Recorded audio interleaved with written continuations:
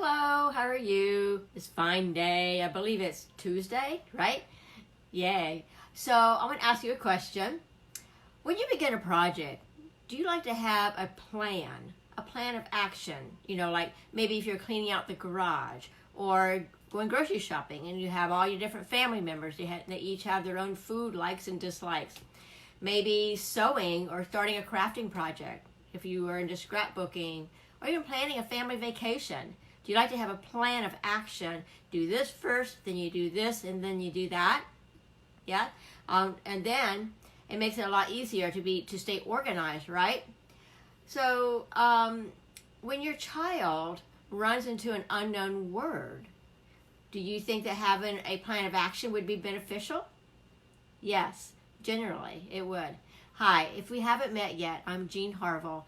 I'm a reading strategy coach, and I'm the founder of Raising Kids Who Love to Read. This is a Facebook group for Christian moms who are searching for most effective strategies that they can they can help their struggling readers become confident readers.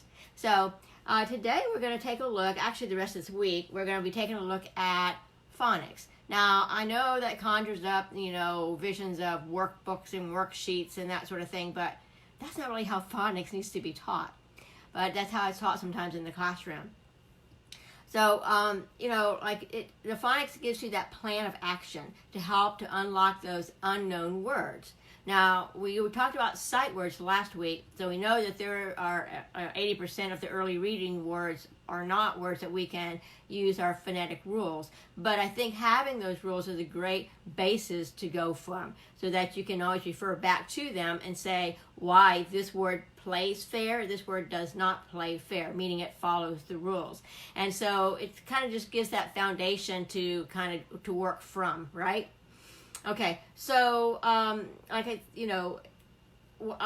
like I said, I remember I was in the schools. I understand how there was so many like worksheets, and it would make me cringe having workbooks and worksheets on phonics, because to me that's just not interactive. It's just very passive. So what if I could show you a way that you could help your kid to be more active in figuring out those unknown words, right? Okay, so here we go. So first off, it's really, really important to know every syllable has a vowel sound. And today we're going to be talking about one syllable words. So we're talking about words that have patterns like a vowel, consonant, consonant, vowel, consonant, vowel, consonant, but those have a one, okay? So every syllable, every word has a vowel sound, right? And a single one. So so the first thing you want to know is to make sure that your kids understand the different vowel sounds, like the long vowel sound or the short vowel sounds, how we call them. Like the long vowel sound is when the vowel says its name. Short is when it has the other name. So and then as we go through, we'll find out there are actually more names for some of these vowels, which really makes things a little more complicated. So like for instance, the letter A says the A or A. E says eh or e. I says I or I. O says o or ah. U says you or Okay, so those are just the real basic early ones to learn about, right? So then they start changing from there. Depending on the syllable, the type of syllable that they're in, that might change that vowel sound. It even goes into the schwa, but that's that multi-syllable thing that we're going to be doing a little bit later on this week. Okay, so for instance, a pattern like a vowel consonant or vowel consonant consonant, where the vowel comes first, you would have words like at, it, its, am, on, amp, like I'd be short for amperage, amp. So that pattern would be with that when that vowel comes first, it's going to be a short vowel sound, because we're going to call that a closed syllable. We'll get into that tomorrow with the type of syllables. All right, so another pattern would be our consonant, vowel, consonant. So again, we have consonants on either side with a vowel in the middle, which does make it a closed syllable. All right, and so those vowels in the middle are going to be those short vowel sounds. And I know you know a lot of this, but I just want you to have that basics, because we're going to build on this throughout the week. All right, so words such as pat, pet, cat, cot, pot. those are going to be your consonant, vowel, consonant words. Then you have your consonant, consonant, vowel, consonant, like then, that, clam, slam, slim. And then, of course, you switch and have your consonant and the vowel and the consonant, consonant. So that would be like your bath and last. And then the last category would be the consonant, consonant, vowel, consonant, consonant. So we're really building, so we have like the word cloth. And generally, you don't have more than 5 letters in a syllable. And sometimes, like the TH makes one sound, so that'd be 4 sounds for that one. Cloth, right? So now, knowing that, and I know that's very basic, and I know you know all that, but like I said, we're going to build on that for the week. Phonemic awareness is that understanding and being aware of the number of sounds in a word and the order of those sounds, and it's extremely important. I've seen phonemic awareness taught through a worksheet, and that's not how it's taught. Hey, Amber, talking about your favorite subject, phonemic awareness, for this moment.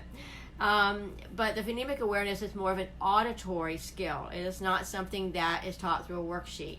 And it's an auditory skill, and it's a lot more in-depth, and I'm going to actually touch on phonemic awareness at another time. But this week I wanted to work on phonics. But the phonemic awareness is a foundation to phonics, to kind of know all those, how many sounds there are. We don't care about the letters that go with it right now, but how many sounds there are in a word, and that there is an order. Like, for instance, the word stop, stop is 4 sounds, and there's an order. And then we could change those same sounds, tops. It changed the order, so it changed the actual word, even though the same words, the same sounds are there. So that's what phonemic awareness is all about. So just to kind of keep this short, we're going to, let's see, okay, we talked about the vowel sounds changing from a long sound to the name, to their name. Oh, and another way that it changes to its name is by putting an E either right after the vowel or at the end, like in the word cap, and put the E at the end as cape. So that's another way, and that's still your consonant, vowel, consonant pattern. So the patterns can change up just a little bit there. So understanding the various sounds of the vowels and depending on their position in the word is critical. So tomorrow we're going to be talking about the different type of syllables and how those vowel sounds can change within those syllables. All right, so we're just going to keep this really short. They're not going to be very long. So, but these are all, everything that we're talking about are pillars to comprehension. And so if your child is falling a little bit in comprehension, it could be because they're not able to read fluently, which means because they're not able to sound out words. So it all kind of builds on itself. So that's kind of where we're coming from with that. So if you're wondering more and fun ways of dealing with comprehension, come on in to our, or actually follow and like this page, Helping Kids with Reading. If you haven't done that already, let other moms know that I'm out here and I'm helping, giving advice. If they have struggling readers at home and they would like to have, like this summer, to help work on some of those skills that maybe they're weak in, you can let them know about my page. I go live every day around 1 o'clock, Monday through Friday.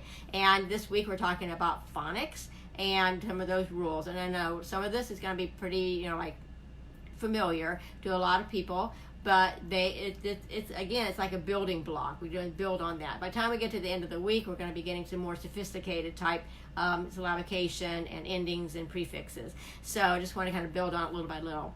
So anyway, if you want more information, further discussion, come on inside the Raising Kids Who Love to Read private Facebook group. It is free. It's for Christian moms to come in and continue looking for those effective strategies for helping their children to be able to comprehend better. There are like 3 pre-joined questions, if you wouldn't mind answering those, because then I can pop you right on into the group when Facebook notifies me.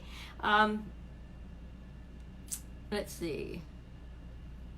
So anyway, and also one of those questions allows me to figure out what are some areas or things that you need, that your child really needs work on, so that I can better serve you.